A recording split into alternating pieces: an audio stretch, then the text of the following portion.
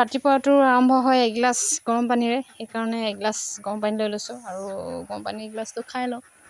গৰম পানী এগিলাচটো খাই ল'লেহে মোৰ দিনটো আৰম্ভ হয় আৰু চাই যাওক কি হয়।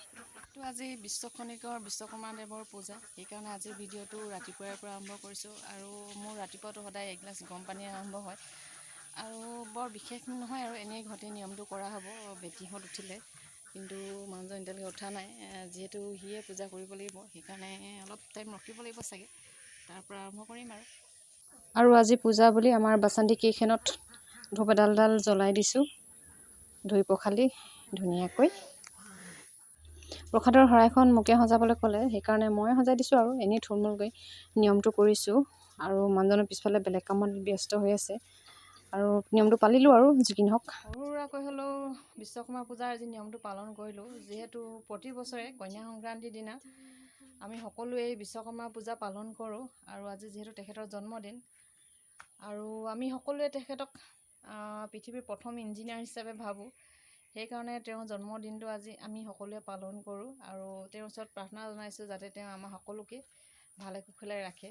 প্ৰতি বছৰে এনেদৰে তেওঁ সৰু সুৰাকৈ হ'লেও পূজা এভাগি আগবঢ়াবলৈ। পূজা অৰ্চনা সামৰিলোঁ আৰু এতিয়া খানাৰ পৰ্ব আৰম্ভ কৰিছোঁ।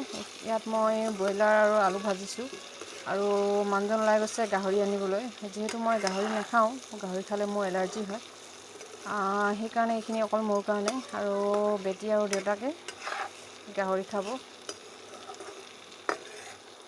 ভাত পানী খাই আজৰি হৈ এতিয়া মাৰ ঘৰ পালোহি। এইফালে বেটীয়ে টিভি চাই আছে আৰু ইফালে মই চাহ খাব লৈছোঁ। চাহটো খাই লওঁ। চাহৰ পৰ্ব শেষ হ'ল আৰু এতিয়া খানা পৰ্ব চলিব। এইফালে ভেন্দি আলু কাটিব লৈছোঁ মই, তাৰপৰা এইফালে মাছ পাতত দি থৈছোঁ আৰু এইফালে জুহালত চালনীত মায়ে মাছ শুকুৱাই থৈছে, পুঠি মাছ, আৰু এইফালে জুইত এতিয়া মই শুকতি মাছ পাতত দিম। শুকতি মাছৰ লগত অলপ তেল আৰু জলকীয়া এটি আৰু ৰচুন দি কিনে এতিয়া জুইত দি থ'ম আৰু এইফালে জুইত দি থৈছোঁ। এইখিনি সিজিলে বুলিলে ভাতটো খাব পাৰিম আৰু। আমাৰ বাইদেউ ব্যস্ত, দাইল বনাই আছে, মাছ বনাই থৈছে, কৰবাত ক'ত গ'ল মাছ, এয়া মাছ। এইফালে ৰাতিপুৱা বনোৱা দালি আছে, ভেন্দি আলু আৰু এইফালে চানা ভাজি থৈ দিয়া আছে আৰু এইখিনি হৈছে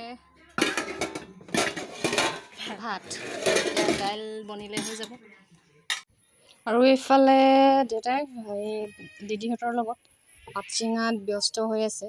আজি বিশ্বকৰ্মা যদিও পাত লৈছে চাগে, সেইকাৰণে ছিঙি আছে আৰু এয়া আমাৰ খানা পিনা ৰেডি হৈ গ'ল। এতিয়া খানা খাব লাগে, খাই মেলি ঘৰলৈ যাব লাগে। আহক তেতিয়াহ'লে আৰম্ভ কৰোঁ খানা খোৱা। আৰু আমি ভাত পানী খাই বিশ্বকৰ্মা পূজা মানি মাহঁতৰ ঘৰৰ পৰা ওলাই আহিলোঁ আৰু এইফালে দোকানত সোমালোঁ। অলপ বেটীহঁতে কিবা কিবি ল'লে, ফূৰ্তি খাইছে।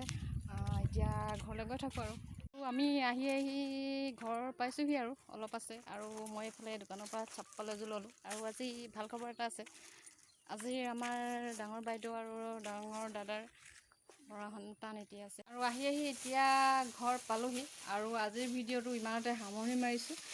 যদি ভিডিঅ'টো চাই ভাল লাগিলে লাইক কমেণ্ট কৰিব আৰু লগতে চেনেলটো ছাবস্ক্ৰাইব কৰিবলৈ নাপাহৰিব। আকৌ বেলেগ দিন লগ পাম অন্য এটা ভিডিঅ'ত, তেতিয়ালৈকে বাই।